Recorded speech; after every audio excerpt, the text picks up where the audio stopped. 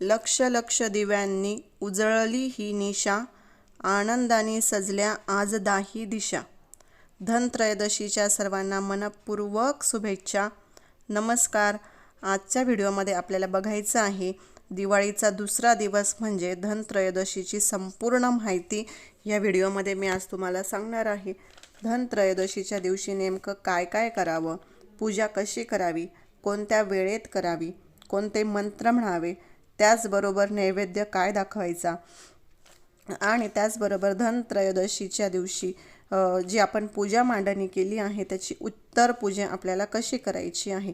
तर हे सगळं आपण आज ह्या व्हिडिओमध्ये बघणार आहोत, म्हणून व्हिडिओ शेवटपर्यंत बघा. चॅनलवर नवीन असाल तर आपल्या चॅनलला सबस्क्राईब नक्की करा. चला तर मग व्हिडिओला सुरुवात करते. तर 10 नोव्हेंबर 2023 शुक्रवारचा दिवस. या दिवशी यंदा धनत्रयोदशी आलेली आहे. आपल्या घरात सुख समृद्धी टिकून राहावी, आपलं घर धनधान्याने कायम भरलेलं राहावं, त्याचबरोबर माता लक्ष्मीने आपल्या घरात स्थायी स्वरूपात वास्तव्य करावं, चांगलं आरोग्य लाभावं, यासाठी धनत्रयोदशीच्या दिवशी श्री गणेश, माता लक्ष्मी, कुबेर, त्याचबरोबर धन्वंतरी देवीची पूजाही केली जाते. तर काही लोक असं म्हणतात की धनत्रयोदशीच्या दिवशी धन्वंतरीची पूजा ही फक्त आयुर्वेदातले जे लोक असतात किंवा डॉक्टर लोक जे असतात, आरोग्यासंबंधित जे काम करतात त्यांनीच पूजा करावी. तर तसं नाही, ही पूजा आपण सर्वांनी करायची असते. धनत्रयोदशीच्या दिवशी प्रदोष काळात ही पूजा केली जाते. प्रदोष काळातच ही पूजा करायला अतिशय महत्त्व आहे. तर संध्याकाळची वेळ म्हणजे आपली 6 वाजल्यापासून ते संध्याकाळी 7:30 वाजेपर्यंत पूजा आपल्याला करायची आहे. पूजा मांडण्यापूर्वी आपल्याला एक दिवा लावून घ्यायचा आहे. दिव्याला अक्षदा, गंध व्हायचे आहे, एक फूल व्हायचं आहे आणि त्यानंतर आपल्याला पूजा मांडणीला सुरुवात करायची आहे.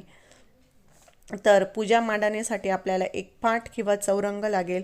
तुम्ही काहीही घेऊ शकता.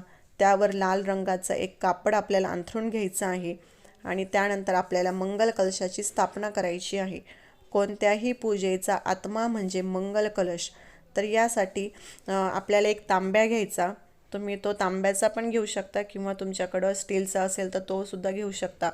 तर त्याच्यामध्ये आपल्याला पाणी भरायचं आहे. 1 रुपयाचं नाणं टाकायचं, त्यानंतर एक सुपारी टाकायची, हळद, कुंकू, फूल आणि अक्षदा टाकायच्या.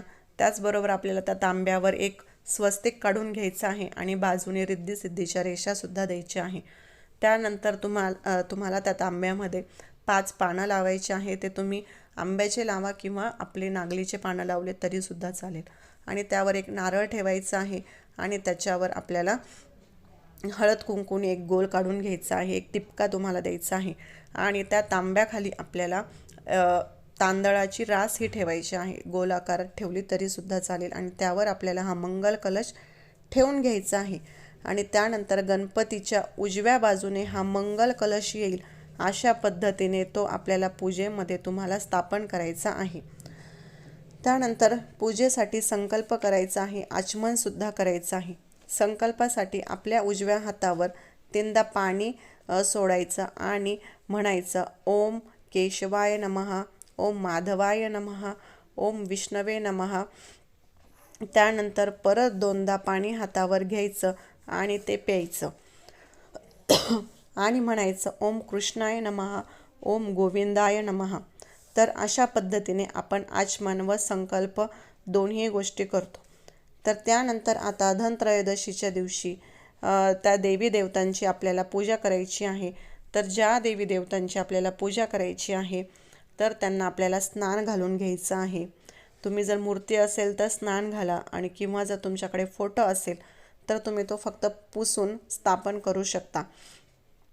त्यानंतर स्नान घालताना आधी आपल्याला गणपतीला स्नान घालायचं आहे. बऱ्याच लोकांना हा प्रश्न पडत असेल की धन्वंतरी म्हणजे नेमकं काय. तर आयुर्वेद शास्त्रामध्ये ह्याचं महत्त्वाचं स्थान आहे धन्वंतरीचं.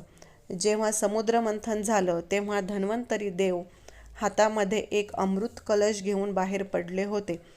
तर भगवान श्री हरिविष्णूच्या 24 अवतारांपैकी 12वा अवतार हा धन्वंतरी देवाचा आहे. त्यामुळे धन्वंतरी देवाचा फोटो किंवा मूर्ती यांपैकी जर काही नसेल तर भगवान विष्णूंचा फोटो पूजेमध्ये ठेवावा. तोही नसेल तर बाळकृष्णाची मूर्ती ठेवली तरीसुद्धा चालेल. आणि जर ते पण नसेल तर सुपारी स्वरूपात तुम्ही त्याची स्थापनाही करू शकता. तर सर्व देवी देवतांची स्थापना करून झाल्यानंतर म्हणजेच काय तर मंगल कलश, गणपती, त्यानंतर धन्वंतरीचा फोटो असेल तर तो, नाही तर विष्णूचा फोटो, त्यानंतर शंख, माता लक्ष्मीचा फोटो किंवा मूर्ती, आणि त्यानंतर कुबेराचा फोटो. जर तो नसेल तर मूर्तीही नसेल तर कुबेर यंत्रसुद्धा आता बऱ्याच लोकांच्या घरी आहे. ते जरी नसेल तर एक सुपारी. तर असे हे देव आपल्याला सगळे ह्या पूजा मांडणीमध्ये ठेवायचे आहे. सगळ्यात प्रथम आपल्याला गणपती बाप्पाची पूजा करून घ्यायची आहे. त्यांना कुंकू, फूल, अक्षदा वाहून घ्यायचे आहे आणि त्यानंतर आपल्याला त्यांना गूळ खोबऱ्याचा नैवेद्य ठेवायचा आहे. त्यानंतर कुबेर देवतांना त्याचबरोबर श्री विष्णू धन्वंतरी देवांना आपल्याला हळद किंवा चंदन लावून त्यांची पूजा करून घ्यायची आहे. त्यांना फूल व्हायचं आहे. त्यानंतर माता लक्ष्मीला हळद कुंकू दोन्हीही लावायचं आहे. आणि त्यानंतर 3 छोटे मातीचे जे मडके असतात, की त्याला आपण बोळके पण म्हणतो बघा, जेव्हा दिवाळी असते तेव्हा आपण त्याच्यामध्ये बत्ताशे वगैरे ठेवलेले असतात, तर तसे ते 3 बोळके घ्यायचे. आणि त्याच्यामध्ये आपल्याला पहिल्या बोळक्यामध्ये, किंवा त्याला मडके सुद्धा म्हणतात, छोटेसे मडके असतात ते, तर त्याच्या पहिल्या मडक्यामध्ये आपल्याला लाह्या ठेवायच्या आहे. दुसऱ्या मडक्यामध्ये आपल्याला अख्खे धणे ठेवायचे आहे. आणि तिसऱ्या मडका किंवा कलश किंवा बोळकं ज्याला आपण म्हणतो, आमच्याकडे बोळकं म्हणतात, तर त्याच्यामध्ये आपल्याला बत्ताशे ठेवायचे आहे. त्यानंतर तुमच्याकडे जे धन असेल, म्हणजे जे आपलं सोनं, चांदी, दागदागिने, पैसे जे काही असेल ते ठेवून घ्यायचं आहे. त्यानंतर बघा, बरेचसे लोक धनत्रयोदशीच्या दिवशी सोनं, चांदी, तांब्या पितळ्याच्या वस्तू खरेदी करत असतात. तर तुम्ही जी काही नवीन वस्तू खरेदी केलेली असेल ती सुद्धा तुम्ही पूजा मांडणीमध्ये ठेवू शकता. त्यानंतर 7 धान्य आपल्याला ठेवायचं आहे पूजेमध्ये. 7 धान्य नसेल तर कुठलंही 5 धान्य ठेवलं तरी सुद्धा चालतं. तसेच तुम्ही त्या बोळक्यामध्ये ठेवा किंवा त्याची रास करून फक्त ठेवली तरी सुद्धा चालेल. जसं की हरभरा, मूग, जव, सातू, तांदूळ, गहू ह्यांपैकी तुमच्याकडे काही असेल किंवा कोणतंही तुमच्याकडे जे धान्य असेल 5 धान्य, तर ते आपल्याला ह्या दिवशी पूजेमध्ये ठेवायचं आहे. त्यानंतर तुम्हाला सर्वांना माहीतच आहे की धन्वंतरी देव ही आरोग्याची देवता आहे आणि आपल्याला चांगलं आरोग्य लाभावं यासाठी आपण धन्वंतरीची पूजा करत असतो. तर आपल्या घरात बऱ्याच औषधी वस्तूसुद्धा असतात बघा, औषधी पदार्थसुद्धा आपल्या घरामध्ये असतात.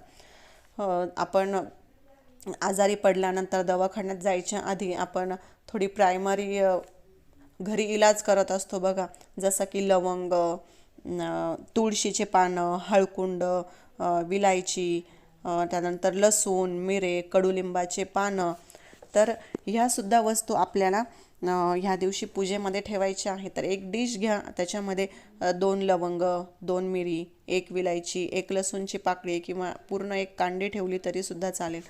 त्यानंतर 2 तुळशीचे पानं, 2 कडुलिंबाचे पानं. तर हे सुद्धा आपल्याला एका डिशमध्ये घेऊन त्या पूजेपुढे ठेवायचं आहे. त्यानंतर बघा मंडळी, धन्वंतरी म्हणजे अश्विन महिन्यातील शुक्ल पक्षातील 13वी तिथी. या दिवशी 13 या संख्येला अतिशय महत्त्व आहे. जी काही पूजा मांडणी आपण केली आहे तर त्या देवी देवतांना ओवाळण्यासाठी आपल्याला 13 पिठाचे दिवेसुद्धा करायचे असतात किंवा तुम्ही 13 पंत्या लावल्या तरीसुद्धा चालेल. पण या 13 पिठाचे दिवे तुम्ही बनवा आणि त्यांनी आपल्याला ही जी काही पूजा केलेली आहे त्यांना ओवाळायचं आहे. त्यानंतर आपल्याला यमदीपदानसुद्धा करायचं आहे. अकाल मृत्यूचे भय टळावे यासाठी 13 दिवे आपल्याला बाहेर ठेवायचे आहे. तर तुम्ही 13 दिवे आपल्या देवासमोर ठेवायचे आणि अजून 13 करून ते बाहेर ठेवले तरीसुद्धा चालेल. पण दिवाळीची गडबड असते, सगळ्या ठिकाणी आपलं लक्ष देणं होत नाही. घरात जर लहान मुलं असेल तर ते आगाऊपणा करत असतात, काही त्यांना चटका वगैरे लागू शकतो. तर त्यामुळे आपण 13 दिवे बनवायचे, त्यांनी देवांना ओवाळायचं आणि तेच 13 दिवे तुम्ही बाहेर तुळशीजवळ तुळशीजवळ नाही तर तुळशीच्या बाजूला जी काही जागा असेल तर तिथे तुम्ही ते 13 दिवे दक्षिणेला तोंड होईल त्या दिव्यांचं अशा दिवे ते आपल्याला दक्षिणेच्या साईडला ठेवायचे आहे. दक्षिणेच्या बाजूला तोंड करून ते दिवे आपल्याला ठेवायचे आहे. ते तुम्ही घराच्या बाहेर ठेवू शकता किंवा जर तुमचं स्लॅबचं घर असेल तर तुम्ही ते छतावर ठेवले तरी सुद्धा चालेल. किंवा जर तुम्हाला 13 दिवे नसाल लावायचे तर तुम्ही फक्त एक दिवा जरी लावला तरी सुद्धा तो चालत असतो. तर यमदीपदान कसं करायचं ह्याचा डिटेल व्हिडिओ मी तुमच्यासोबत शेअर करणारच आहे. पण ही एक छोटीशी माहिती सांगितली तुम्हाला की आपल्याला धनत्रयोदशीच्या दिवशी यमदीपदान सुद्धा करायचं असतं की अकाल मृत्यू टळण्यासाठी. तर आपले धर्मराज यमदेव यांची कृपादृष्टी आपल्यावर राहील व जे काही संकट आपल्यावर येणार आहे ते दूर करतील. आपल्या घरातील कोणाचाही अकाली मृत्यू होऊ नये यासाठी हे यमदीपदान आपल्याला करायचं आहे. तर बघा आपली धनत्रयोदशीची मांडणी पूर्ण झाली आणि ज्यावेळेस आपण गणपतीची पूजा करतो तेव्हा श्री गणेशाय नमः या मंत्राचा जप करायचा. त्यानंतर जेव्हा आपण ही पूजा करू तर त्यावेळेस आपल्याला हा मंत्र म्हणायचा आहे. तर तो म्हणजे मी तुम्हाला स्क्रीनवर सुद्धा देते आणि म्हणून सुद्धा दाखवते.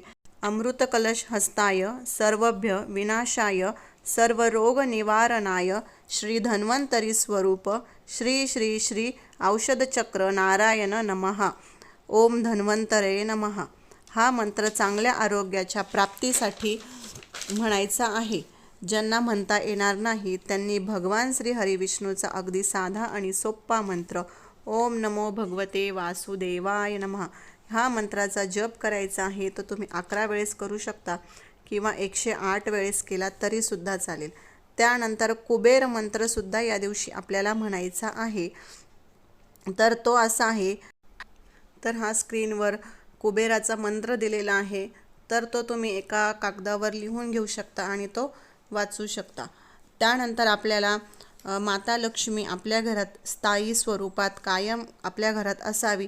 त्याचनंतर आपलं घर सुख समृद्धीने भरलेलं असावं त्यासाठी आपल्याला शुभम करोति कल्याणम आरोग्यं धनसंपदा शत्रुबुद्धी विनाशाय दीपक ज्योती नमस्तुते हा मंत्र म्हणायचा आहे आपल्याला संध्याकाळच्या वेळेस. त्यानंतर आपल्याला गणपतीची पूजा करताना श्री गणेशाय नमः या मंत्राचा जप करायचा आहे. तर अशा प्रकारे आपल्याला धन्वंतरी, गणेश, माता लक्ष्मी, त्यानंतर कुबेरदेव या देवांची सेवा धनत्रयोदशीच्या दिवशी करायची आहे आणि ती झालीच पाहिजे. ही पूजा झाल्यानंतर आपल्याला मुख्य दाराजवळ 4 वातीचा दिवा लावायचा आहे. म्हणजे आपल्याला एक पंक्ती घ्यायची आहे. त्यामध्ये 4 दिशांना तुम्हाला वाती टाकायच्या आहे. म्हणजे 4 कोपऱ्याला 4 वाती टाकायच्या. एक वाती ही 2 वातींची मिळून असते म्हणून आपल्या एका पंक्तीमध्ये 8 वाती होतील. आणि त्याच्यामध्ये आपल्याला तेल टाकायचं आहे.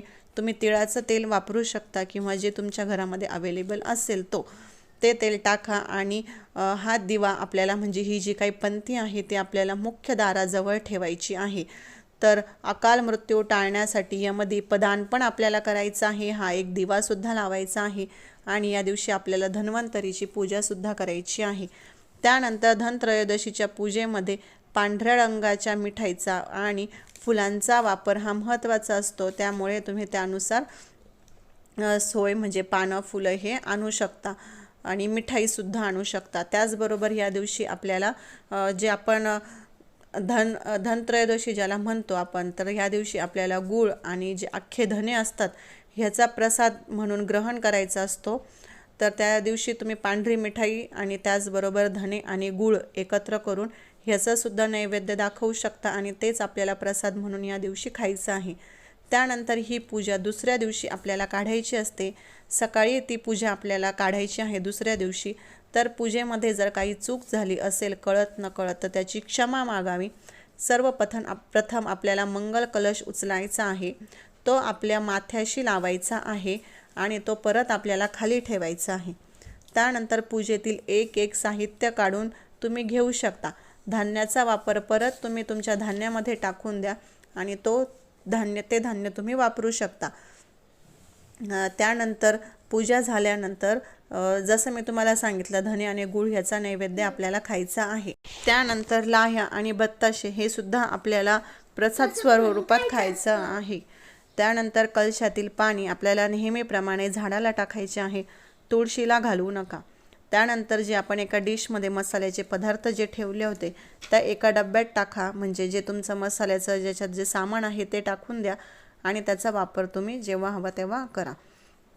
त्यानंतर सुकलेली पानं फुलं एखाद्या मातीत पुरून द्या किंवा जिथे कोणाचे पाय लागणार नाही अशा ठिकाणी ठेवा। शक्यतो हे पानं जे फुलं आपण देवांना जे वाहतो ते नदीत टाकू नका, ते प्रदूषण खूप होतं। त्यामुळे अशा प्रकारे तुम्ही त्या पाना फुलांची विल्हेवाट करू शकता। किंवा हे जे वाळलेले पानं फुलं असतं त्यापासून आपण खूप सुंदर प्रकारे जे आपण धूप पेटवतो रोज, तर ते सुद्धा खूप छान बनतं, तर तुम्ही ते सुद्धा बनवू शकता। त्यानंतर यमदीपदानाचे जे दिवे आहेत ते कुत्र्याने खाल्ले तर अतिउत्तम, आणि जर नसल कुत्रे खाणार तर हे दिवे आपण कचरा पेटीत जरी टाकून दिले कचरा कुंडीत तरी सुद्धा चालेल, कारण की ते यमदीपदान आपण त्यांनी केलेलं असतं, त्यामुळे तुम्ही ते कचऱ्यात जरी टाकले तरी सुद्धा चालेल। तर अशी ही आपली धनत्रयोदशीची माहिती होती। तर ह्याच्यामध्ये आपण सर्व बघितलेलं आहे, मंत्र, त्यानंतर पूजा कशी करायची, त्यानंतर उत्तर पूजा कशी करायची, कुठला मंत्र म्हणायचा, तर हे सगळं आपण ह्या व्हिडिओमध्ये बघितलेलं आहे। त्यामुळे हा व्हिडिओ शेवटपर्यंत नक्की बघा आणि आजचा व्हिडिओ कसा वाटला नक्कीच सांगा आणि आपल्या यूट्यूब चॅनलला लाईक, शेअर आणि सबस्क्राईब नक्की करा। धन्यवाद।